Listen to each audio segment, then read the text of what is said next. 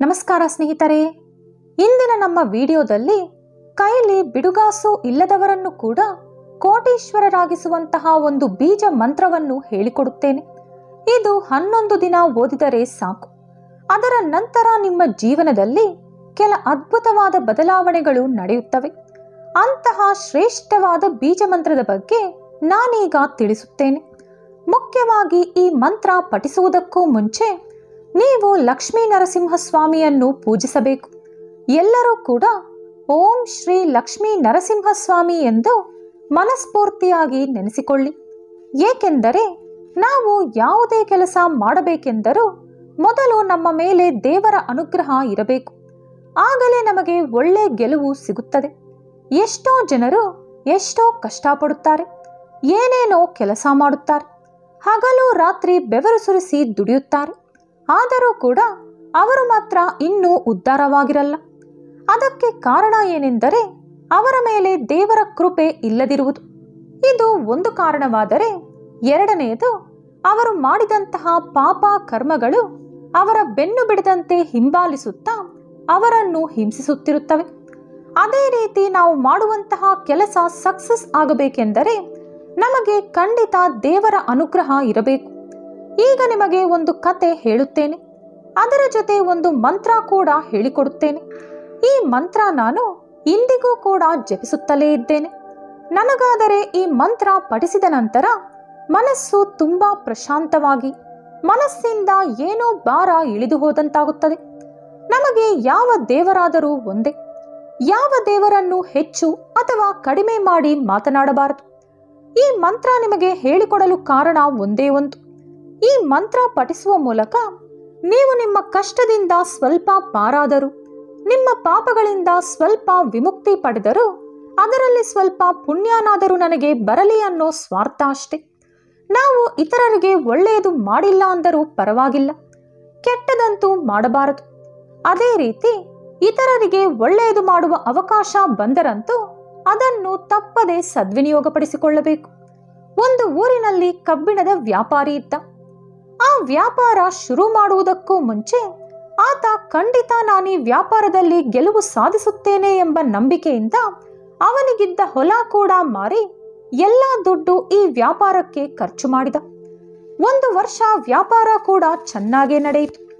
ನೋಡಿದವರೆಲ್ಲ ಹೊಸದಾಗಿ ಅಂಗಡಿ ಇಟ್ಟುಕೊಂಡು ಈತ ಚೆನ್ನಾಗಿ ದುಡಿಯುತ್ತಿದ್ದಾನೆ, ವ್ಯಾಪಾರ ಬಹಳ ಚೆನ್ನಾಗಿ ನಡೆಯುತ್ತಿದೆ, ಬೇಕಾದಷ್ಟು ದುಡ್ಡು ಕೂಡಿಟ್ಟುಕೊಂಡಿದ್ದಾನೆ ಎಂದು ಊರಲ್ಲೆಲ್ಲ ಅವನ ಬಗ್ಗೆ ಚರ್ಚೆ ನಡೆಯುತ್ತಿತ್ತು. ಯಾವಾಗ ಜನರ ಬಾಯಲ್ಲಿ ವ್ಯಾಪಾರ ಪರವಾಗಿಲ್ಲ ಎಂಬ ಮಾತು ಬಂತೋ ಅಲ್ಲಿ ನರದೃಷ್ಟಿ ಕೂಡ ಶುರುವಾಯಿತು. ಈ ಕಾರಣದಿಂದ ಆ ವ್ಯಾಪಾರಿ ದಿನೇ ದಿನೇ ಒಂದೊಂದು ಮೆಟ್ಟಿಲು ಇಳಿದು ವ್ಯಾಪಾರದಲ್ಲಿ ಭಾರೀ ನಷ್ಟ ತಂದುಕೊಂಡ. ಇನ್ನು ಅವನ ಪಾರ್ಟ್ನರ್ ಕೂಡ ಅವನನ್ನು ಮೋಸ ಮಾಡಿ ಇರೋ ಬರೋ ದುಡ್ಡು ದೋಚಿಕೊಂಡು ಅವನನ್ನು ಬೀದಿಗೆ ತಳ್ಳಿದ. ಇನ್ನು ಬೇಕಾದಷ್ಟು ಸಾಲ ಬೇರೆ ಅವನ ತಲೆಯ ಮೇಲೆ ಬಿತ್ತು. ಆದರೂ ಕೂಡ ಹೋದ ಕಡೆಯೇ ಹುಟ್ಟು ಹಾಕಬೇಕು ಅಂತಾರಲ್ಲ, ಆ ರೀತಿ ಆತ ಕೂಡ ಅಂಗಡಿ ಮುಚ್ಚದೆ ಹಾಗೆಯೇ ನಡೆಸುತ್ತಿದ್ದ. ಆದರೆ ಅವನ ಕಷ್ಟಕ್ಕೆ ಕಾರಣ ಸೂಚಿಸಿ ಹಾಗೂ ಪರಿಹಾರ ತಿಳಿಸಿ ಎಂದು ಕೇಳಲು ಒಬ್ಬ ಗುರೂಜಿಯ ಬಳಿ ಹೋದ. ಆ ಸನ್ಯಾಸಿ ಆತನಿಗೆ, ನೀನೊಂದು ಬಾರಿ ಸಿಂಹಾಚಲಂಗೆ ಹೋಗಿ ಅಲ್ಲಿ ಶ್ರೀ ಲಕ್ಷ್ಮೀ ನರಸಿಂಹಸ್ವಾಮಿಯ ದರ್ಶನ ಪಡೆದುಕೊಂಡು ಬಾ, ಆಗ ನಿನ್ನೆಲ್ಲ ಪಾಪಗಳು ಕರ್ಮಗಳು ಹೊರಟು ಹೋಗುತ್ತವೆ ಎಂದು ಹೇಳಿದರು. ಸನ್ಯಾಸಿ ಹೇಳಿದ ಪ್ರಕಾರ ಈತ ಸಿಂಹಾಚಲಂಗೆ ಹೋಗಿ ಭಕ್ತಿಯಿಂದ ಲಕ್ಷ್ಮೀ ನರಸಿಂಹಸ್ವಾಮಿಯನ್ನು ಬೇಡಿಕೊಂಡ. ಆಗ ಅಲ್ಲೇ ಒಬ್ಬ ಸನ್ಯಾಸಿ ಆತನನ್ನು ಭೇಟಿಯಾದರು.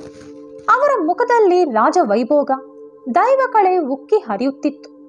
ಆ ಸನ್ಯಾಸಿ ಈ ವ್ಯಾಪಾರಿಗೆ, ನೀನು ಪ್ರತಿದಿನ ಈ ಬೀಜ ಮಂತ್ರ ಪಠಿಸುತ್ತಿರು, ಪ್ರತಿದಿನ 11 ಬಾರಿ ಈ ಮಂತ್ರವನ್ನು ನೀನು ಪಠಿಸಬೇಕು. ಆ ರೀತಿ ಪಠಿಸುತ್ತಿದ್ದರೆ ಪ್ರತಿದಿನ ನಿನ್ನ ಜೀವನದಲ್ಲಿ ನಿನಗೇ ತಿಳಿಯದಂತೆ ಒಂದೊಂದು ಬದಲಾವಣೆ ನಡೆಯುತ್ತಾ ಹೋಗುತ್ತದೆ.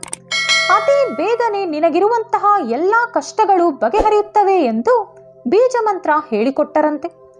ಆ ವ್ಯಾಪಾರಿ, ನನ್ನ ಕಷ್ಟಗಳೆಲ್ಲ ಬಗೆಹರಿದರೆ ಪ್ರತಿ ವರ್ಷ ಇಲ್ಲಿಗೆ ಬಂದು ನಿಮ್ಮ ದರ್ಶನ ಪಡೆದುಕೊಳ್ಳುತ್ತೇನೆ, ಕೈಲಾದಷ್ಟು ಕಾಣಿಕೆ ಹುಂಡಿಗೆ ಹಾಕುತ್ತೇನೆ ಎಂದು ಲಕ್ಷ್ಮೀ ನರಸಿಂಹಸ್ವಾಮಿಯನ್ನು ಪ್ರಾರ್ಥಿಸಿ ಅಲ್ಲಿಂದ ಮನೆಗೆ ಹೊರಟ.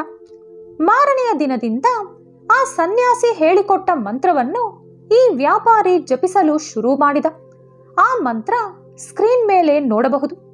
ಓಂ ಶ್ರೀಂ ಶ್ರೀಯೈ ನಮಃ, ಓಂ ಶ್ರೀಂ ಶ್ರೀಯೈ ನಮಃ, ಓಂ ಶ್ರೀಂ ಶ್ರೀಯೈ ನಮಃ. ಈ ರೀತಿ ಈ 3 ಸಾಲಿನ ಮಂತ್ರವನ್ನು 11 ಬಾರಿ ಪ್ರತಿದಿನ ಜಪಿಸಬೇಕು.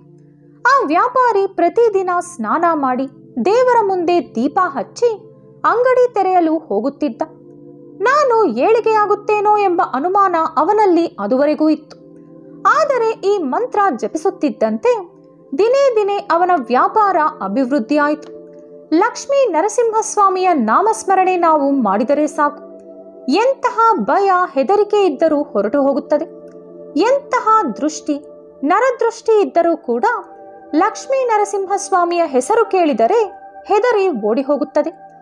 ಎಂತಹ ದುಷ್ಟ ಶಕ್ತಿಗಳಾದರೂ ಅವರ ಹತ್ತಿರ ಕೂಡ ಸುಳಿಯುವುದಿಲ್ಲ.